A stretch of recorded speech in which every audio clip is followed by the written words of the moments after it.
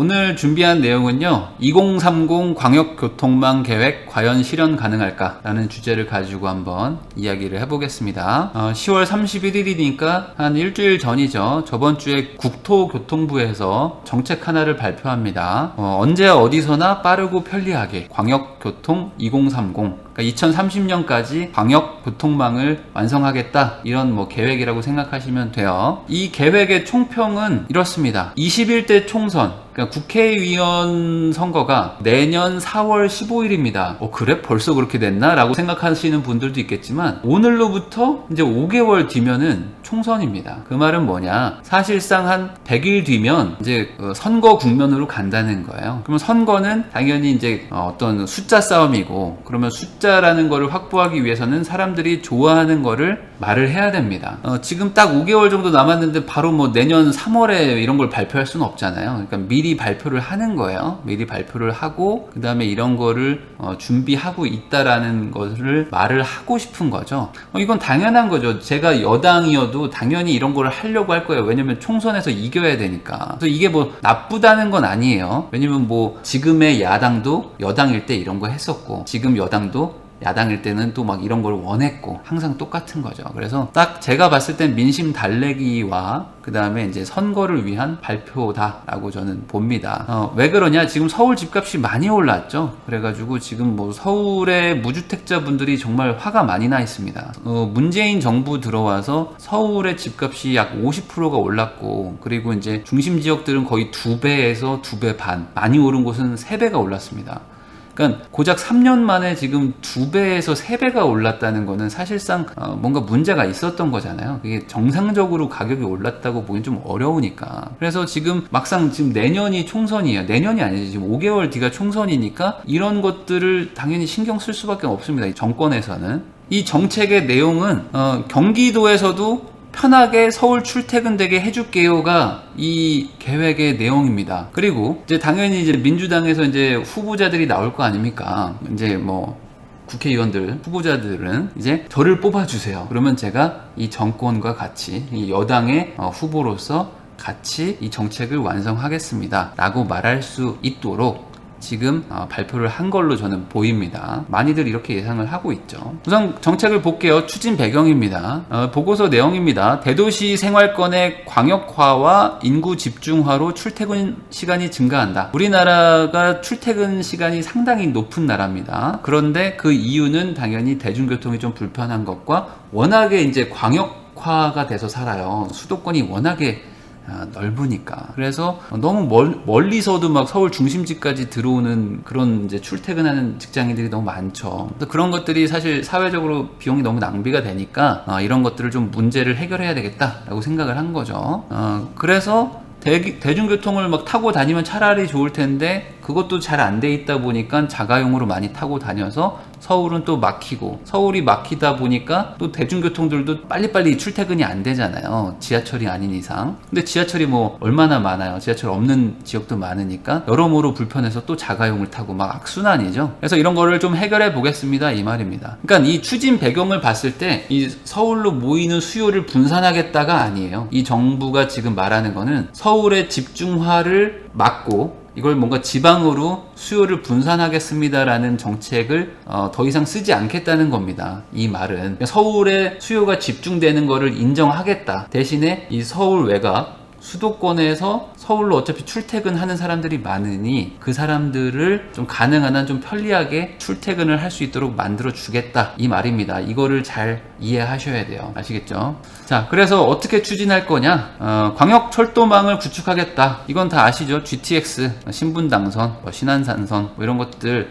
계획된 거 잘 하겠다. 그리고 기존의 철도망과 연계해서 지선들을 더 만들고 동서로 지나가는 지하철을 더 만들고 하겠다, 다 아는 내용입니다. 광역버스를 대폭 확대하겠습니다. M버스를 예약제로 만들어 가지고 기다리지 않고 바로 탈 수 있게 하겠다 라든지 광역 BRT 이런 것들을 만들어서 좀 버스도 쉽게 탈 수 있게 하겠다, 다 아는 내용이죠. 그 다음에 요게 좀 있어요. 뭐냐면 환승 시스템을 좀 만들겠다 라고 지금 발표를 했어요. 그래서 도시명 환승센터가 있고 회차형 환승센터가 있는데 말 그대로 이제 경기도 외곽에서 아예 도심지로 올 수 있게 버스들을 이 환승센터 위주로 개편하겠다 해요. 그래서 버스가 한 번에 그냥 여의도로 오게, 뭐 파주에서 여의도로 올 수 있게, 뭐 파주에서 바로 청량리로 갈 수 있게, 뭐 이런 식으로 바꾼다는 거고, 회차형 환승센터라고 해가지고 서울 외곽지에서 우선 내릴 수 있게, 약간 뭐 중심지까지는 안 들어가더라도 외곽지에서 내려가지고 거기서 환승을 해서 거기서 이제 뭐 버스나 지하철을 타고 서울 외곽으로 출퇴근하는 사람들도 있으니까 그렇게 크게 두 종류의 환승센터를 만들겠다는 거예요. 이해되시죠? 자, 이거를 좀 확대해보면 이 빨간 점으로 찍혀있는 곳들이 이제 도심형 환승센터입니다. 그러니까 뭐 파주에서 뭐 그냥 한 번에 버스를 타고 뭐 삼성역까지 오겠다, 뭐 이런 거예요. 근데 잘 생각하셔야 돼요. 이게 뭐냐면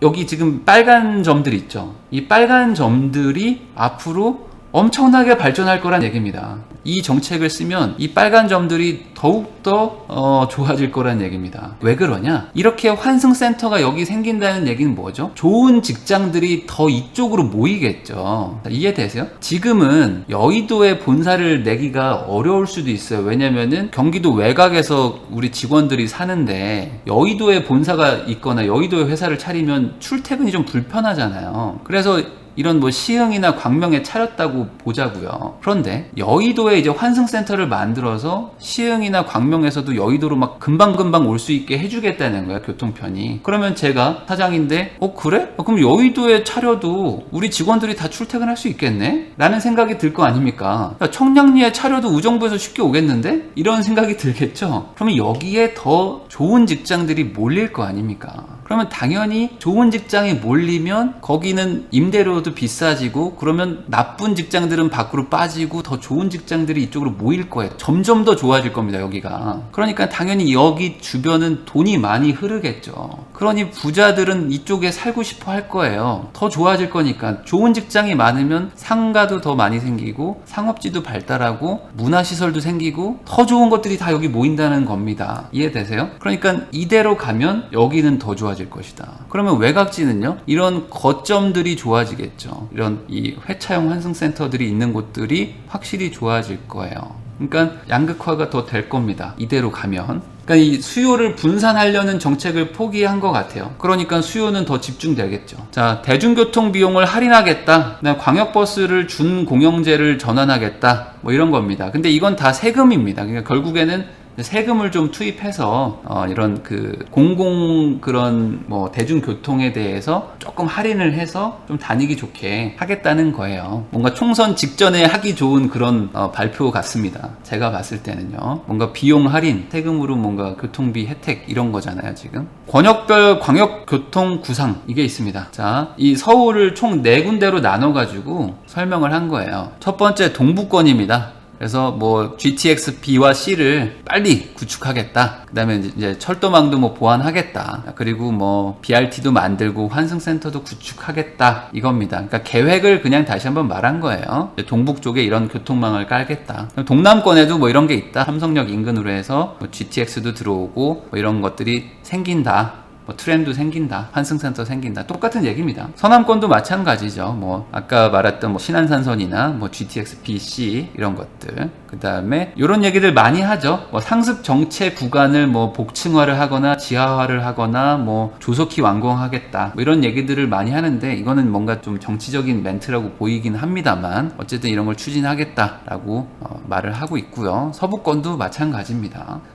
부산, 울산권도 뭐 얘기를 하고요. 그러니까 수도권만 얘기한 건 아니고, 이쪽에도 교통망을 좀 더 확충하겠다. 대구도 기존에 계획된 거를 잘 추진하고, 그 다음에 뭐 추가적으로 도로도 깔고, 뭐 연장도 검토하고, 뭐 환승센터도 만들겠다. 이렇게 계획을 좀 요번에 같이 발표를 했어요. 광주, 전라도 쪽도 마찬가지로 환승센터 만들고 2호선 빨리 하겠다. 또 도로도 신설하겠다. 계속 이렇게 발표를 했습니다. 대전권도 있습니다. 다 읽어보세요. 자, 그러면 이게 중요한 건 이거죠. 그러니까 계획을 발표를 했어요. 2030년까지니까 이제 10년 남았습니다. 10년 안에 이거를 하겠다는 겁니다. 그러면 이게 실현이 됩니까? 라는 게 중요하겠죠. 제가 처음에 이건 총선용으로 그냥 발표를 한 거다. 민심 달래기와 총선용으로 발표한 거라고 밖에 볼 수가 없는 이유는 기존에 발표한 것도 사실 지키지 못한 것들이 많아서 그래요.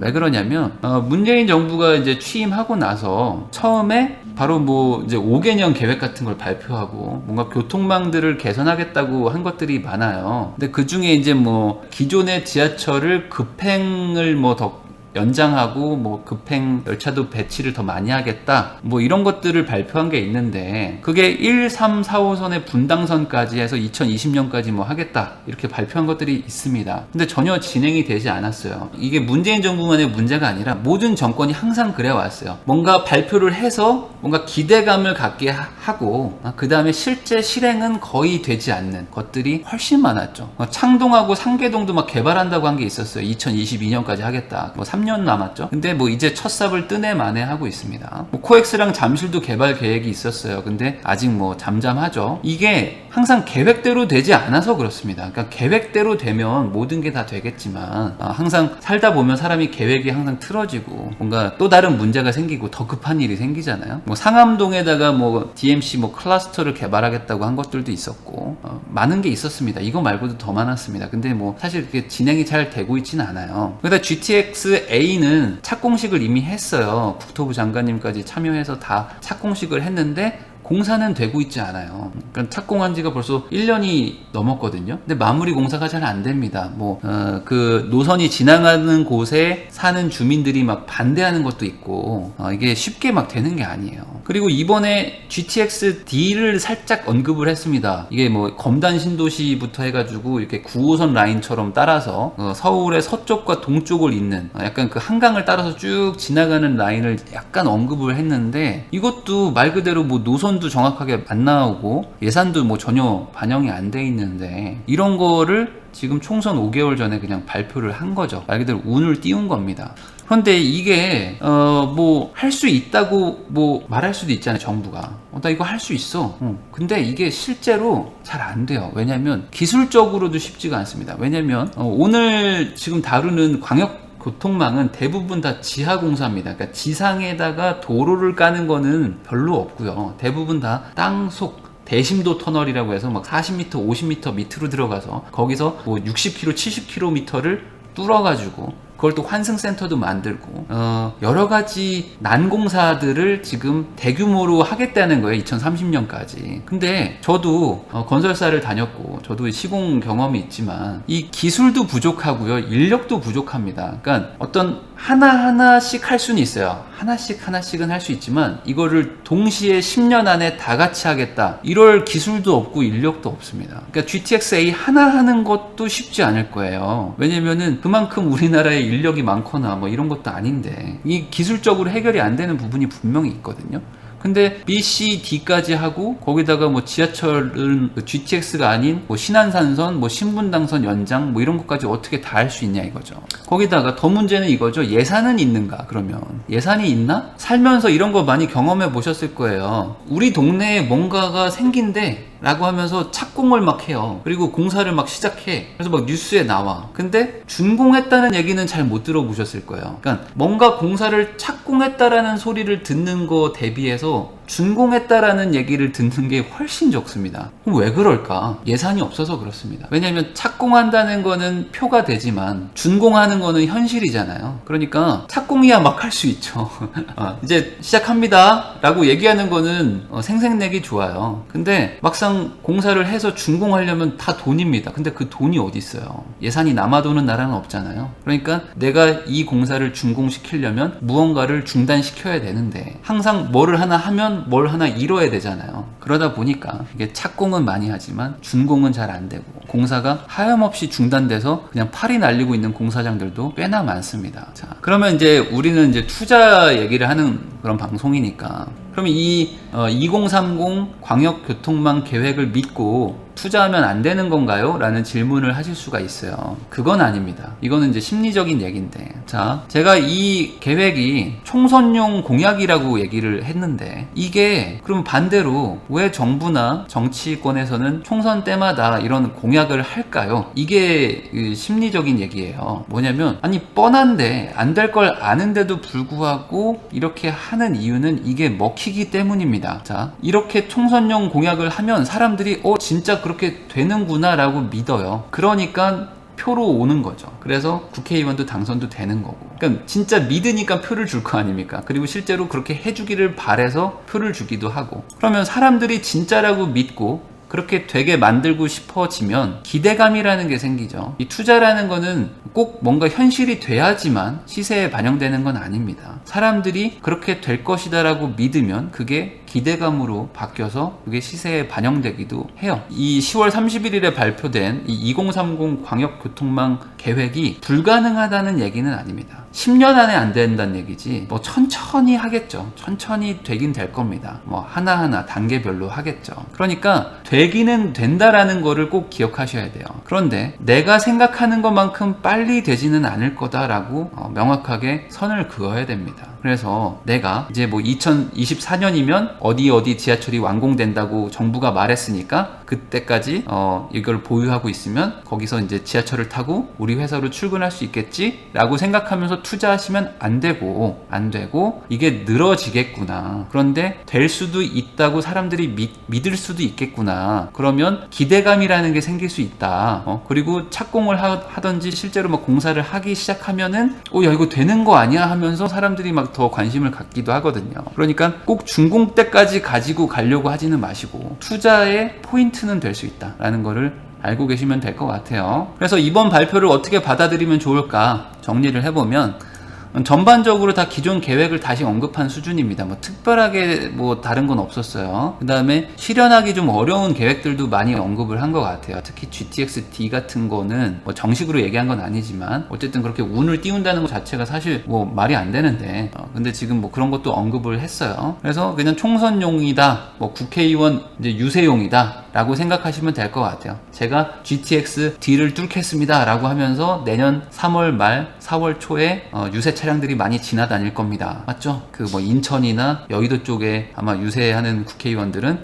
특히 여당 측에서는 저를 뽑아주세요. 그러면 저번에 발표한 그 공약을 지키겠습니다. 이렇게 발표를 할 거란 말이죠. 그 유세를 할 거란 말이죠. 그러니까 그냥 가볍게 생각하세요. 계획대로 개통되는 거는 거의 없을 걸로 보입니다. 버스 노선 정도? 환승센터 정도?